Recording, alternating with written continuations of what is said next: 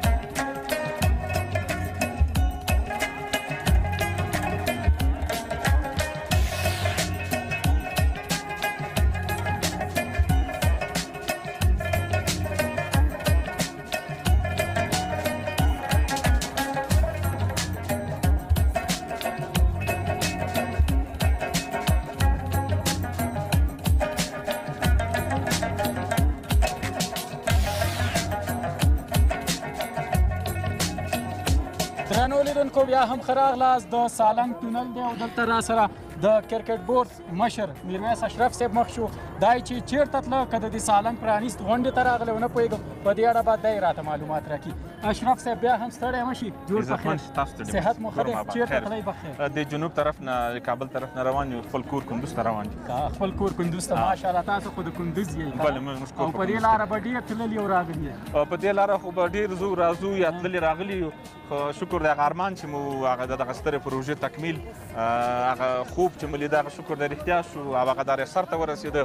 د سالنګ تونل یې ډېر په اساسي ډول باندې جوړ کړی ده چې نن حاجي صاحب ملا برادر افتتاح درلودله. باید مننه وکړم د اسلامي امارت له مشرتابه څخه چې دوی د سمت شمال ولسونو ته خاص توجه وکړل او دغه غټ ارمان یې ورپوره کړ.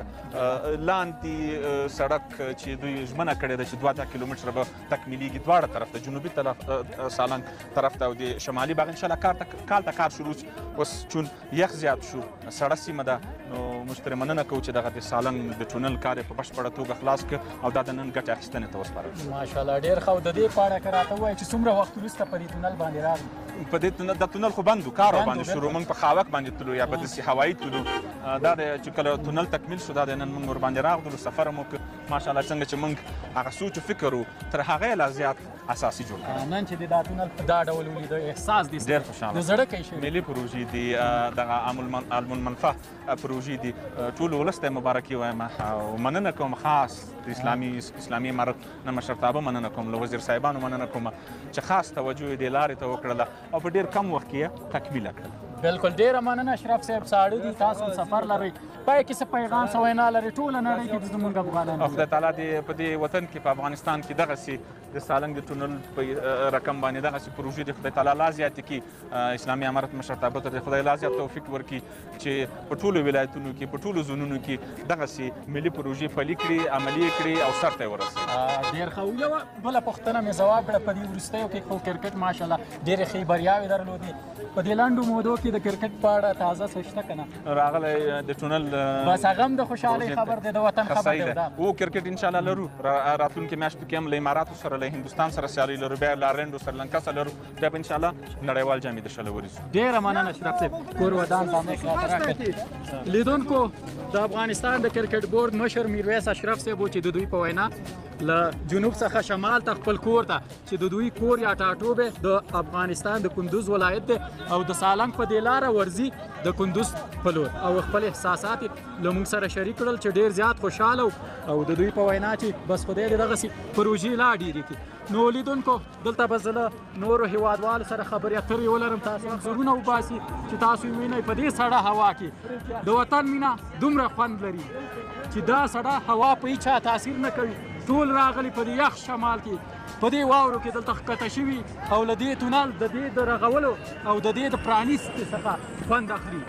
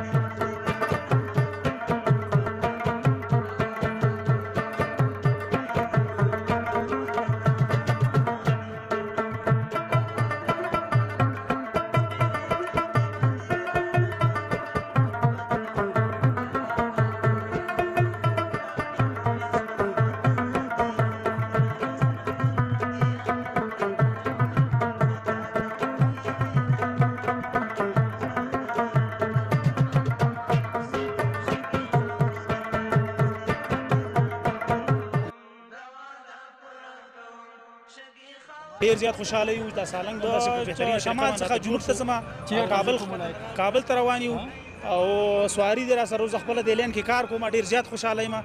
ته خپله د دې لین موټر چلونکی لین موټر چلونکی یم، ډېر زیات خوشحاله یم. موټر مې هغه ځای کې شاته ولاړ دی، چکر دپاره مخې ته رالو چې دا ساحه وګورو او دا سړک وګورو چې په کومه اندازه جوړ شوی دی، په کومه دغه جوړ شوی. ډېر زیات خوشحاله یم. ډېر زیات خوشحاله. څومره وخت کېږي په دې لاره کې خپله موټر چلو؟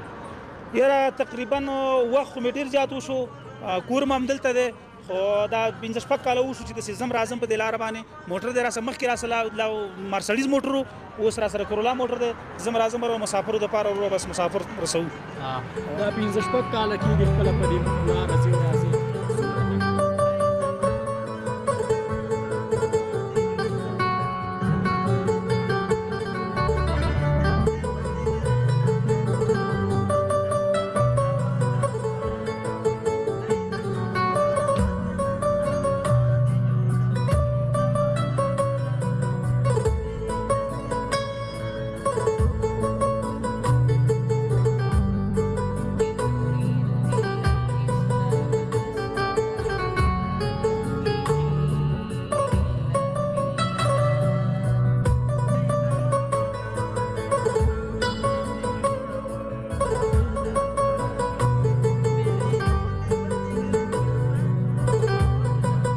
دلته تاسو ګورئ دا د اوبو لپاره ویاله هم جوړه شوې په دې تونل کې او رو چې ورته وایي پخوا بیا په دې تونل کې دا رو نه و ځکه خو تونل کې به اوبه ډنډې شوې او د دې باعث به شو چې سړک یا هغه پخوا نه پوهېږم کانکریټ و یا قیر هر څه چې وو هغه به یې له منځه ویوړه نو اوس دغه یو ستر کار دی ښه کار دی چې دلته په دې تونل کې دغه ویاله ورکړې ده تر څو هغه اوبه چې دې تونل ته ورځي بېرته په دې ویاله کې ښکته کېږي او له تونله وځي نو زه به هڅه وکړم کوشش به وکړم دلته له یو موټر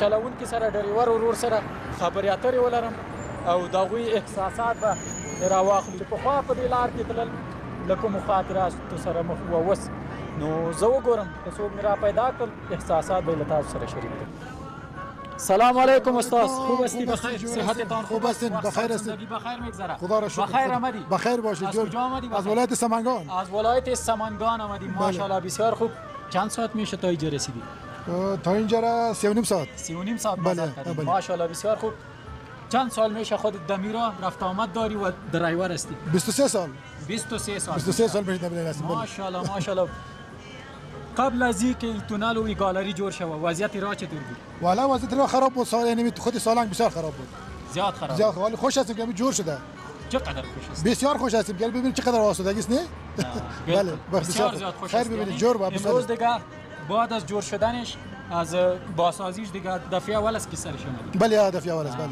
تا حال دیگه در این تونل نرفتی نه گالری خو آمدی آمدیم چطور بود سفر در گالری بخیر بزاد خیر ببینید بخیر باشید اما احساست اما خوشحالی تا اگه شریک کنی بعد استاد کل جهان میبینید والا خوشحالی خود زیاد است خوشحالی زیاد است اما کدام بیادرایی که در خارج میبینه و وطن خود بیا ببینه که چقدر مردم خوشحال است زیاد خوشحال بله خدا کنه وطن باشه که همین تو جور باشه همین تو جور شود بخیر باشید دیگه خود چیزی پایان میاد بخیر باشید جور سفر خوش داشته باشید بخیر بودید لیدون کو دا موټر چلوونکي استاد چې د دوی په وینا له سمنګان ولایت څخه دوی سفر پیل کړی او 3.5 ساعته په مزل کې په دې لاره کې دوی دلته راورسېدل او ډېر زیات خوشحاله ټول موټر چلوونکي ټول افغانان او څوک چې په دې لاره کې راځي که هغه هر څوک وي واقعا له زړه ډېر زیات خوشحالېږي او چې دا سړک ګوري پخوا یې لیدلی او پخوا څومره ځورېدونکی سړک و ډېر به خلک